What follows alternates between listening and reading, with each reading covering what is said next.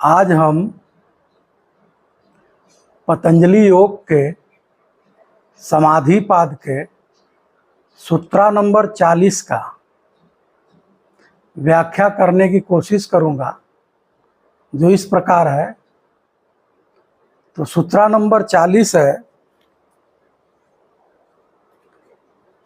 परमाणु परम महत्वान्तोस्य वशीकारः। इसके बहुत सारे सूत्रों में पतंजलि यह कह रहे हैं कि ये करेंगे, यह विधि करेंगे, यह विधि करेंगे, यह विधि करेंगे तो क्या होगा, आपका मन स्थिर हो जाएगा। तो मन स्थिर हो जाएगा तो साधक के चित्त की स्थिति क्या होगी, उसको क्या मिलेगा, ऐसा क्या चीज हो जाएगा साधक के पास। तो पतंजलि सूत्रा नंबर 40 में कह रहे हैं, अस्य माने इसका, परमाणु परम महत्वान्तः। परमाणु परम महत्वान्तः माने परमाणु से लेकर परम महत्व तक। वशीकार माने वशीकार हो जाता है। तो उस चित्त की दशा कैसी होती है, जब वह परिपक्व हो जाता है तो वो उसके पास परमाणु से लेकर के अपरिसीम तक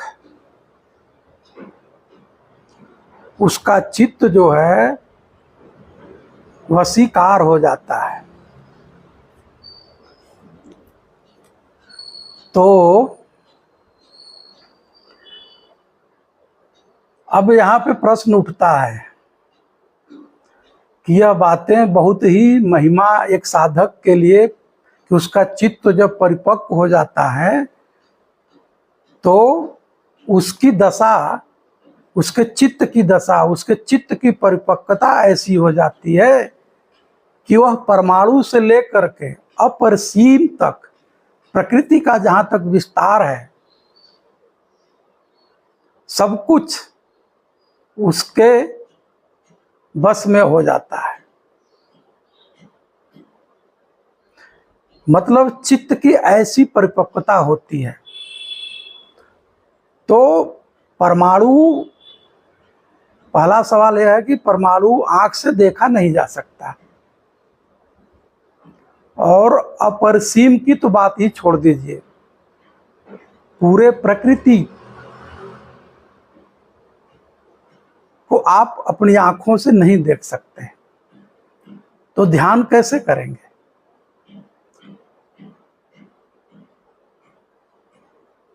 अब तो परमाणु से भी छोटे तत्वों की खोज हो चुकी है।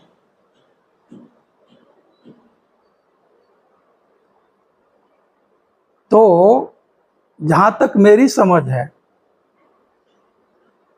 जो साधक की, जब उसका मन स्थिर हो जाता है तो जो साधक की चित्त की स्थिति होती है, मन की स्थिति जो होती है, वह काफी स्टेबल हो जाता है। तो दृष्टा का उसके चित्त पे मास्टरी हो जाता है। जब मास्टरी होने का मतलब क्या होता है कि उसको हैंडल करने आ जाता है। वह मन का, वो चित्त का मालिक नहीं हो जाता, न नौकर हो जाता है। दृष्टा जो अंदर पुरुष मौजूद है, वो सभी चीजों को इजीली हैंडल करने लगता है। परमाणु से लेकर के अपरिसीम तक आप जहां भी धारणा, ध्यान, समाधि, मेडिटेशन टेक्निक का आप जब प्रयोग करेंगे तो वहां आपका चित्त इजीली स्टेबल होने लगता है। आप इजीली हैंडल करने लगते हो। क्यों करने लगते हो? क्योंकि वहां पे उसको पता लग जाता है कि मैं कौन हूं, पदार्थ क्या है, मन क्या है, शरीर क्या है। उसको एक समझ पैदा हो जाता है, उसके हाथ में एक समझ, एक अंडरस्टैंडिंग आ जाती है, एक होश आ जाता है, एक परिणाम आ जाता है, एक गुणवत्ता आ जाता है, एक सेंसिबिलिटी आ जाती है। तो उस समझ के उपस्थिति में उसका जो चित्त है उसके अनुसार वशीकार माने मालिक होना नहीं है, वशीकार माने बस इतना है कि वह इजीली हैंडल करने लगता है। वो कहीं भी किसी पदार्थ में अपना ध्यान जब लगाता है तो वह डिस्टर्ब नहीं होता, वह पूरी तरह से ठीक ठीक देखने लगता है, ठीक ठीक सूंघने लगता है, ठीक ठीक स्मेल लेने लगता है, ठीक ठीक टच करने लगता है, ठीक ठीक टेस्ट लेने लगता है। मतलब उसके अंदर सम्यक दृष्टि आ जाती है। वह अब किसी पदार्थ को देखने में उलझता नहीं है। हाँ, इस तरह के पदार्थ पे, सूक्ष्म से सूक्ष्म पदार्थों पे और महत्तम प्रकृति पे ध्यान करने की विधियां विभूति पाद में जब आप जाएंगे, जब इंद्री पे संयम करने की बात की जाती है तो वहां पे 5 स्टेप आता है: ग्रहण, स्वरूप, अस्मिता, अन्वय और अर्थवत्व। वहीं पदार्थ पे, एलिमेंट पे भी संयम करने का एक सूत्र आता है जो स्थूल, स्वरूप, सूक्ष्म, अन्वय और अर्थवत्व है। तो इस विधि से बात समझ में आता है कि आप परमाणु को एक ऊर्जा के रूप में फीलिंग कर सकते हैं। आप फील कर सकते हैं ऊर्जा है, ऊर्जा से उलझना नहीं है, ऊर्जा से जो लेना है ले लीजिए। उसी तरह इंद्रियों पे भी ध्यान आप कर सकते हैं। ग्रहण, स्वरूप, अस्मिता, अन्वय, अर्थवत्व। आपकी इंद्रियों का क्या स्थिति है? इंद्रियों के पास 5 स्टेप होते हैं, पदार्थ में भी 5 स्टेप होते हैं। तो इन आंखों से आप ध्यान नहीं कर सकते, नहीं देख सकते सूक्ष्म चीजों को। एक ऊर्जा, एक फीलिंग होती है, उस एक स्पंदन होता है, एक वाइब्रेशन होता है। उस वाइब्रेशन को वो फील करने लगता है, उस ऊर्जा को फील करके वो फील करता है कि हम और ऊर्जा एक है। ऊर्जा और अंदर जो बॉडी आपका बना हुआ है, मन बना हुआ है, दोनों के बीच एक मीटिंग होने लगता है, एक हार्मोनी होने लगता है, एक इक्विलिब्रियम स्टेट डेवलप हो जाता है।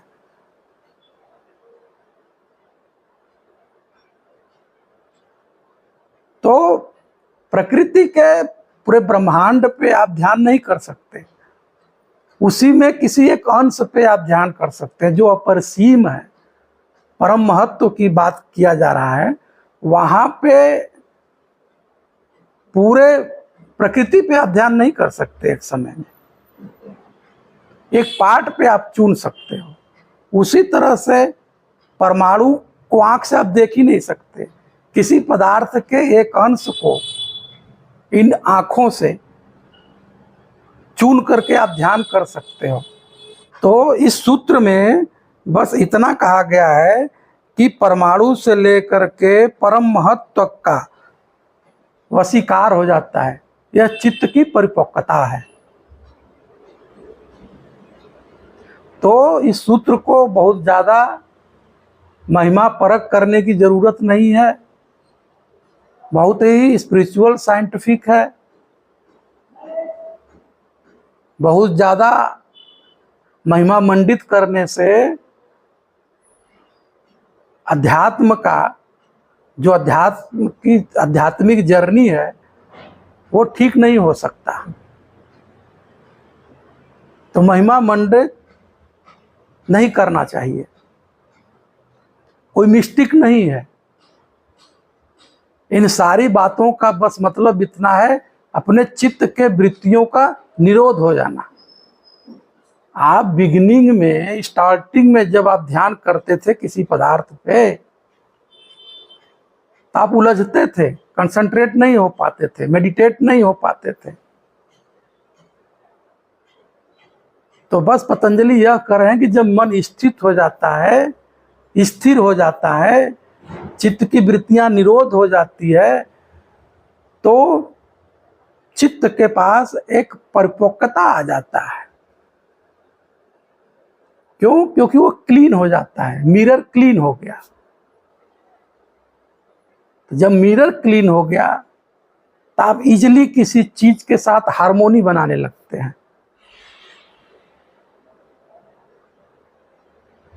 तो इस सूत्र का मतलब चित्त पे मास्टरी करना है। मास्टरी करने का मतलब, मन पे मास्टरी करने का मतलब मालिक और नौकर बनने का नहीं है।